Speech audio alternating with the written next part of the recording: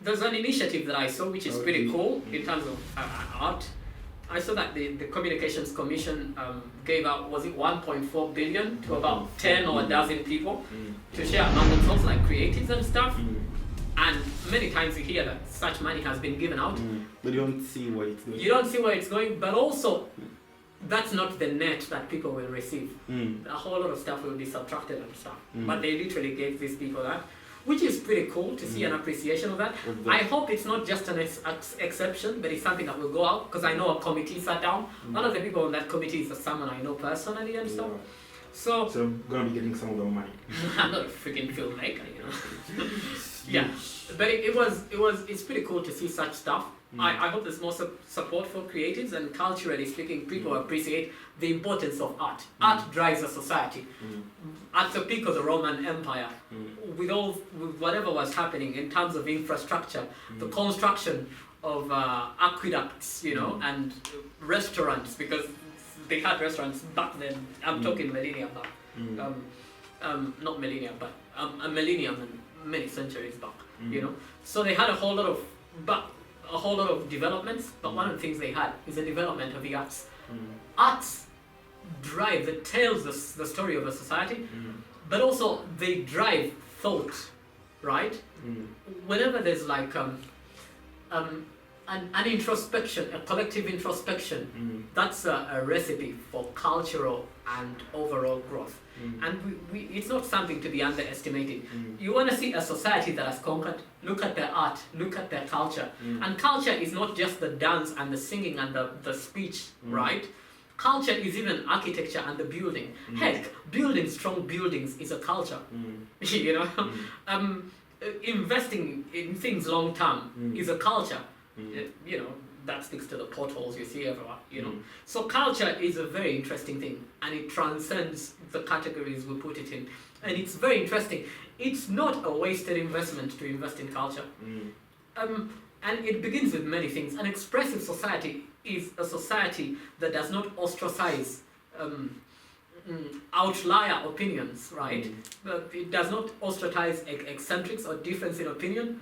It's welcomed. That's how, you know. And the way you see that is in the freedom of expression is even in how we treat people who give us information, how we treat journalists, how we treat artists. Are we moralistic and socially stagnant about it, or do we allow free thought and expression? But that's, you know, such a beautiful thing. What you're saying, all of this was learning, because I didn't know about that. You said, what commission was this? Uganda Communications Commission, UCC. UCC. Okay, I didn't even know the girl might. Yeah, no, sir. You wanna, but, so what I wanted to ask is, like, how do, like, what do you think can, like, kind of elevate the level of art appreciation, of indigenous art appreciation? I think three things. Intentional. Because I also do believe art is necessary to. It's proof of a growing civilization. It speaks to. Like examples that you gave. I think are very true. Like at the peak of any like civilization. Art is a key factor. So how do you like elevate that level? Because you say like the art that we enjoy is kind of very basic, which is true. Sucks for creatives that are because there are many. Many they are young and they're very ambitious. And I feel bad when I like you were talking about in the beginning where we actually we have people trying to get that attention fast and then driving it towards what they do. I feel bad that they have to do that. If we lived in a society that appreciated the arts, you wouldn't have to do that. You know, you'd have to do what you feel is artistically true to you. But jeopardizing your artistic, you know, direction for sake of attention, so that you can then get back to it is kind of unfair. So I'm gonna go off topic a little bit, just to say that there's people who suck everywhere in the world, right? There's people looking for cheap attention everywhere. There's people who, you know, I'm just going to come out with a sex tape and I'll pretend they took it without my permission and stuff. They exist everywhere in the world. But generally speaking, there are some societies that are more appreciative of art than other societies. So your question is a pretty cool question. What I would say is... pretty cool. So there's a combination of three things. One is the government being intentional. And I know people, we're always looking at the government, But I think we have a justification to look to the government. The kind of taxes they take from us, I think we have a justification to look for them to drive certain things. They screw us, we should get something. Right? They screw us metaphorically. Anyways, I won't get into the crude things I was about to say. Yeah, but they screw us left, right, and center. And we have a right. Now you can talk about rights in the part of the world where we are. Sometimes it seems like fan fiction to even talk about rights. It does. But a government being intentional, and culture is driven by people who are present. Culture is not driven by people who are dying out. If you have a cultural ministry, if we have anything close to that, with people who are septuagenarians and octogenarians, people in 70s and 80s, they're not going to drive culture. At least whatever the heck they think, they're stuck in a certain pocket of time, They're driving what they believe is culture. Yeah.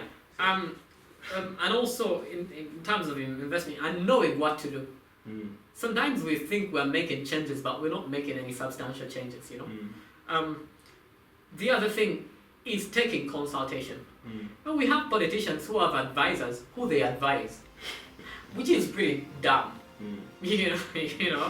Like why get an advisor when you're not going to do anything they say, right? Do what you want to do. Yeah, because there's a whole lot of people with beautiful ideas. I'm a social conservative.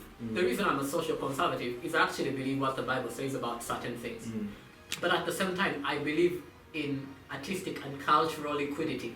I believe in us being curious and realizing the times in which we're living in terms of the global nature of culture. So to be cautious about it in terms of the policies that we enact and tapping into the right people, right, and listening to them. The second thing is having youth not being afraid. I know many people who could do a whole lot of stuff, but they think to themselves, could that even ever work out in Uganda? But you see, something can only work out. Mass consumption only works out because the market has expanded. If creatives pivot towards a certain direction, the market will pivot towards a certain direction. I know it seems like a very long-term thing, but at the same time, things happen step by step. The other thing that I wanted to say is people to document things and to talk about things. We're talking about this right now, and there's people watching us. One of the things that I've learned is the power of an example. And we've seen it with Ugandans. If something works, people will hop onto it. You know what I mean? Very quickly. And it's not just a Ugandan thing, but it's a world over thing. It's a principle of entrepreneurship. What works, works. Yeah.